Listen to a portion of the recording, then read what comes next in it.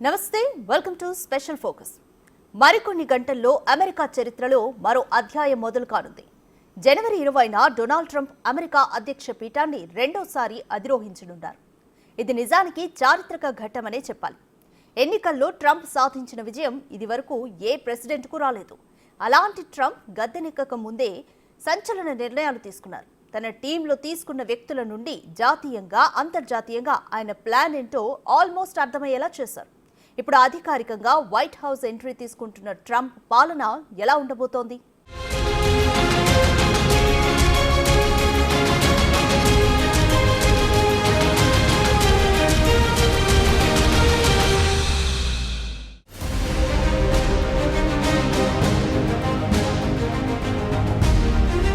Donald Trump అంటేనే ఉత్సాహం, వివాదం, ఖచ్చితత్వం, కురుకుతనం.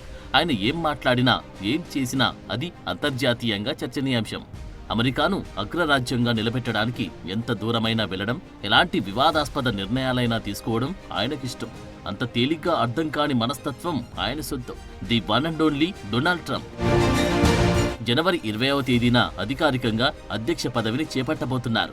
యునైటెడ్ స్టేట్స్ ఆఫ్ అమెరికాకు 47వ అధ్యక్షుడిగా డొనాల్డ్ ట్రంప్ వైట్ హౌస్ కు తిరిగి రాబోతున్న తరుణంలో భారీ అంచనాలు, అంతకు మించిన చర్చలు ఊపందుకున్నాయి. గత 20 సంవత్సరాల అమెరికా రాజకీయ చరిత్రలో అత్యంత ప్రజాదరణ పొందిన ఓటును గెలుచుకున్న మొదటి రిపబ్లికన్ డొనాల్డ్ ట్రంప్. 100 సంవత్సరాలలో వరుసగా పదవీకాలం పనిచేసిన మొదటి అధ్యక్షుడు కూడా ట్రంపే. అలాంటి వ్యక్తి వైట్ హౌస్ ను తిరిగి స్వాధీనం చేసుకునే ప్రయత్నంలో పెద్ద వాగ్దానాలే చేశారు.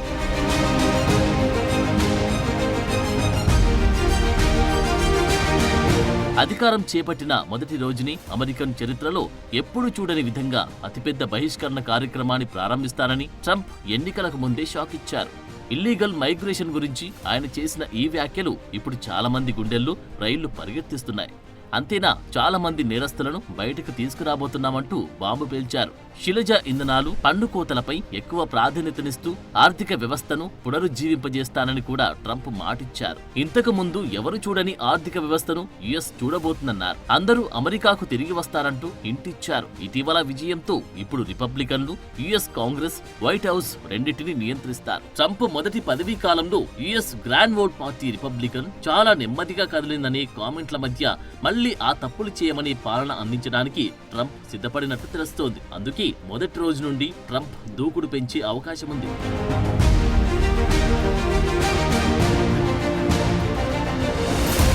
ట్రంప్ రెండో పర్యాయం ప్రణాళికలో భాగంగా ఇప్పటికీ ప్రభుత్వానికి బయట వ్యక్తులను తీసుకురావడం ప్రారంభమైంది. పెంటగాను నడపడానికి యుఎస్ ఆర్మీ అనుభవజ్ఞుడు, మాజీ ఫాక్స్ న్యూస్ హోస్ట్ పీట్ హెగ్జెత్ ను ఎంచుకున్నారు. ప్రపంచంలోని అత్యంత ధనవంతుడైన ఎలన్ మస్క్ ను గవర్నమెంట్ ఎఫిషియన్సీ డిపార్ట్మెంట్ కు అధిపతిని చేశారు. దీని ద్వారా సమైక్య ప్రభుత్వానికి కుదించడానికి, క్రమబద్ధీకరించడానికి ట్రంప్ ప్లాన్ గీశారు. ఇక టిక్ టాక్ పై నిషేధాన్ని 2024లో చట్టంగా మార్చడానికి ప్రయత్నిస్తానని కూడా ట్రంప్ సంచలన వ్యాఖ్యలు చేశారు. ట్రంప్ సెకండ్ టర్మ్ పాలనలో అమెరికాలో కీలకమైన మార్పులు జరుగుతాయని ఆయన ఎజెండాను బట్టి అర్థమవుతోంది. రిపబ్లికన్ నియంత్రణలో ఉన్న కాంగ్రెస్ మద్దతుతో వలసలు, ఆర్థిక వ్యవస్థ, ఇంధన విధానం, విదేశాంగ వ్యవహారాల్లో ట్రంప్ మార్క్ కనిపించనుంది. మొత్తంగా చూస్తే మరో 4 సంవత్సరాల ట్రంప్ పాలనంటే బంగీ జంప్ చేసే ముందు ఉన్న టెన్షన్లా ఫీల్ అవుతున్నారు అమెరికన్ ప్రజలు.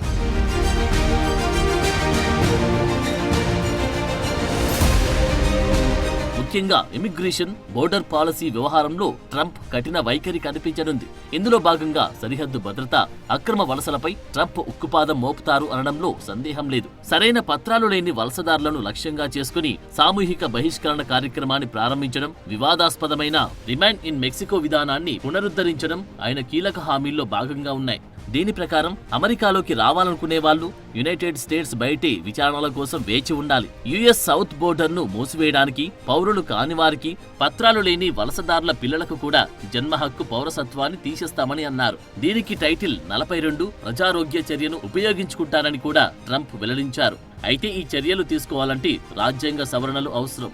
ఇది చట్టపరమైన వివాదాలకు కూడా దారితీస్తుందని కొందరు భావిస్తున్నారు. ట్రంప్ టీంలో కొత్త అధికారులు కూడా ట్రంప్ చర్యలకు మద్దతు పలుకుతూ ఉండగా, మరోవైపు వలస సంఘాలు, అంతర్జాతీయ సంబంధాలకు లాజిస్టికల్, మానవతావాద సవాళ్లు ఎదురవుతాయని విమర్శకులు వాదిస్తున్నారు.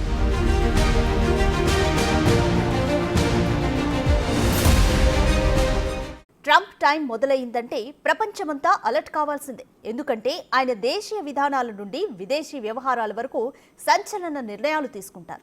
అమెరికాను ఆర్థిక సమస్యల నుండి బయటపెట్టాలన్నా, ప్రపంచంలో అమెరికా ఫస్ట్ అంటే ఏంటో చూపించాలన్నా నాకే చెల్లుతుంది అనే లెవెల్లో ట్రంప్ చర్యలుంటాయి. ఎన్ని అడ్డంకులున్నా ఆయన అనుకున్నది చేయడంలో ట్రంప్కి ఎవ్వరూ సాటిరారు.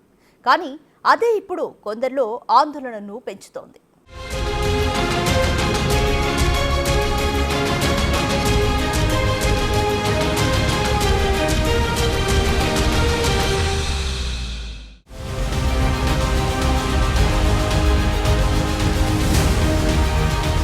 ఒకసారి గెలిచి మరోసారి ఓడి రెండోసారి గెలిచిన ట్రంప్ మూడోసారి కూడా ప్రెసిడెంట్ కావాలనే కోరికను ఇటీవల పలు సందర్భాల్లో బయటపెట్టారు. ఇప్పుడు అదే టార్గెట్ గా పనిచేస్తున్నారేమో మరి. అయితే అదంతా సులువు కూడా కాదు. ట్రంప్కి పదవి వ్యామోహం తీరక మూడోసారి పోటీ చేయాలంటే మొదట రాజ్యాంగంలో ఉన్న 2 ఛాన్సులే అన్న సవరణను తొలగించాలి. అది తొలగించడానికి కూడా వెనకాడని తత్వం ట్రంప్ది. ఒకవేళ అది సాధ్యం కావాలన్నా అమెరికాను పట్టి పీడిస్తున్న ద్రవ్యోల్బణాన్ని సరిచేయాల్సి ఉంది. అందుకే ట్రంప్ రాబోయే పాలనలో ఆర్థిక ప్రాధాన్యతలు ఎక్కువగా ఉండనున్నట్లు తెలుస్తోంది. ద్రవ్యోల్బణం, మ్యానుఫ్యాక్చరింగ్ పై దృష్టి పెట్టి దేశంలో ఉన్న ఆర్థిక ఆందోళనలు పరిష్కరించాలన్న ట్రంప్ ప్రతిపాదిత ఎజెండాలో సెంటర్ పిల్లర్ గా ఉంది.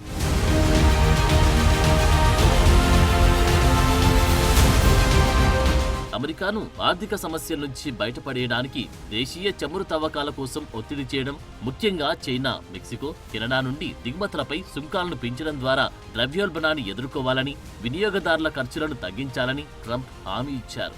ఈ చర్యలు అమెరికన్ తయారీ రంగాన్ని బలోపేతం చేయడం, దేశీయ పరిశ్రమలను రక్షించడం లక్ష్యంగా పెట్టుకున్నాయి. అయితే సుంకాలు పెరగడం వల్ల వినియోగదారుల ధరలు పెరగవచ్చని ఆందోళనలున్నాయి. అలాగే వాణిజ్య భాగస్వామ్యుల నుండి ఆర్థికపరమైన ప్రతీకార చర్యలకు కారణం అవుతుందని విశ్లేషకులు హెచ్చరిస్తున్నారు. కానీ ట్రంప్ పన్ను నియంత్రణ సడలిస్తానని కరాఖండిగా చెప్పేశారు. అమెరికా ఆర్థిక వృద్ధిని పెంపొందించడానికి ఇది చాలా అవసరమని కూడా అన్నారు. అయితే ఇటువంటి చర్యల వల్ల దీర్ఘకాలిక స్థిరత్వం కంటే స్వల్పకాలిక లాభాలు మాత్రమే వస్తాయని విమర్శకులు అంటున్నారు.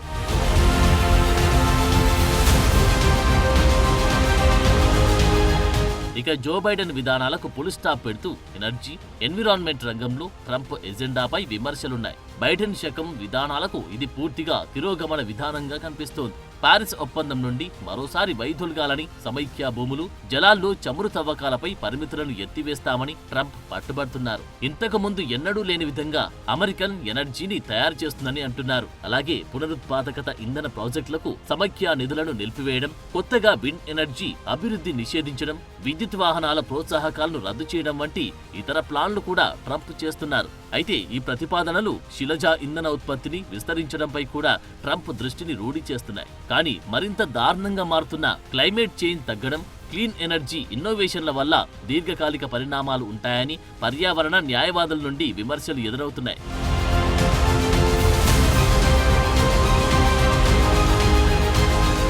ఇక కల్చర్ వార్స్, సోషల్ పాలసీలో కూడా చర్చను పెంచడం ట్రంప్ సెకండ్ టర్మ్ ఎజెండాలో ఉన్నాయి. సాంస్కృతిక చర్యలను తీవ్రతరం చేయడానికి ఉద్దేశించిన ట్రంప్ విధానాలు ఆందోళనకు దారితీస్తున్నాయి. డైవర్సిటీ, ఈక్విటీ, ఇంక్లూజన్ చొరవలను ప్రోత్సహించే సంస్థలపై ట్రంప్ వ్యతిరేకత దేనికి దారితీస్తుందో తెలియట్లేదు. క్లిష్టమైన జాతి సిద్ధాంతాన్ని బోధించే పాఠశాలలు, వ్యాపారాలకు నిధులను నిలిపివేయాలని ట్రంప్ గతంలో ప్రతిపాదించారు. అదనంగా లింగ మార్పిడి అథ్లెట్లు, మహిళల క్రీడల్లో పాల్గొనకుండా నిషేధం వంటి చర్యలను అమలు చేయడానికి రెడీగా ఉన్నారు. దీని ద్వారా లింగ మార్పిడి హక్కులను వెనక్కి తీసుకోవాలని ట్రంప్ ఆలోచిస్తున్నారు. ఈ ప్రతిపాదనలు సాంప్రదాయవాద సమూహాలు సమర్థించినప్పటికీ అలాంటి విధానాలు పౌర హక్కులు, ఇంక్లూజివ్ సోషల్ వ్యవస్థను దెబ్బతీస్తాయని తీవ్ర వ్యతిరేకత వస్తోంది.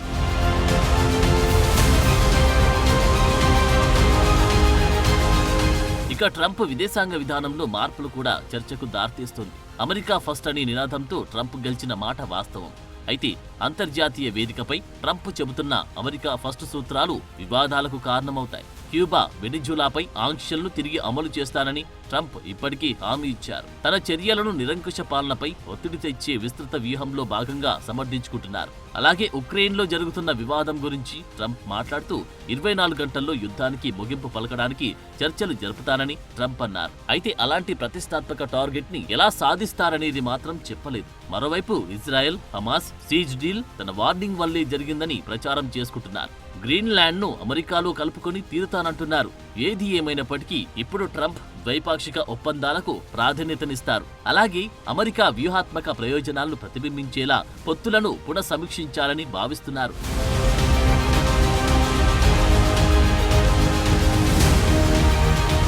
ట్రంప్ రెండో టర్మ్లో చెబుతున్న ఎజెండా తన మద్దతుదారులను ఉత్తేజపరిచినప్పటికీ అందులో చట్టపరమైన అడ్డంకులు, లాజిస్టికల్ సంక్లిష్టతలు భారీ సవాళ్లుగా మారతాయి. అలాగే రాజకీయ ప్రత్యర్థుల నుండి ప్రతిఘటనలు మరింత పెరుగుతాయి. ఆర్థిక సమస్యలను పరిష్కరించగల ట్రంప్ సామర్థ్యం గురించి చాలా మంది అమెరికన్లు ఆశావాదాన్ని వ్యక్తం చేసినప్పటికీ కిరాణా ధరలు వంటి రోజువారీ ఖర్చులను ఆయన సక్సెస్ఫుల్ గా తగ్గిస్తారని తక్కువ మంది మాత్రమే నమ్మారు. ఇది ఆయన పాలనలో ఇలాంటి భారీ ఎజెండాను అమలు చేయడంలో ఉన్న కష్టం కూడా హైలైట్ కానుంది. శాసనపరమైన అడ్డంకులు, చట్టపరమైన సవాళ్లు దేశ పురోగతికి అడ్డంగా మారతాయనే వాదనలు కూడా ఉన్నాయి. ఇక అమెరికన్ కాంగ్రెస్ లో ట్రంప్ రిపబ్లికన్ పార్టీ మెజారిటీగా ఉన్నప్పటికీ ఈ విధానాలకు అందరూ ఎంత మద్దతిస్తారన్నది చూడాలి.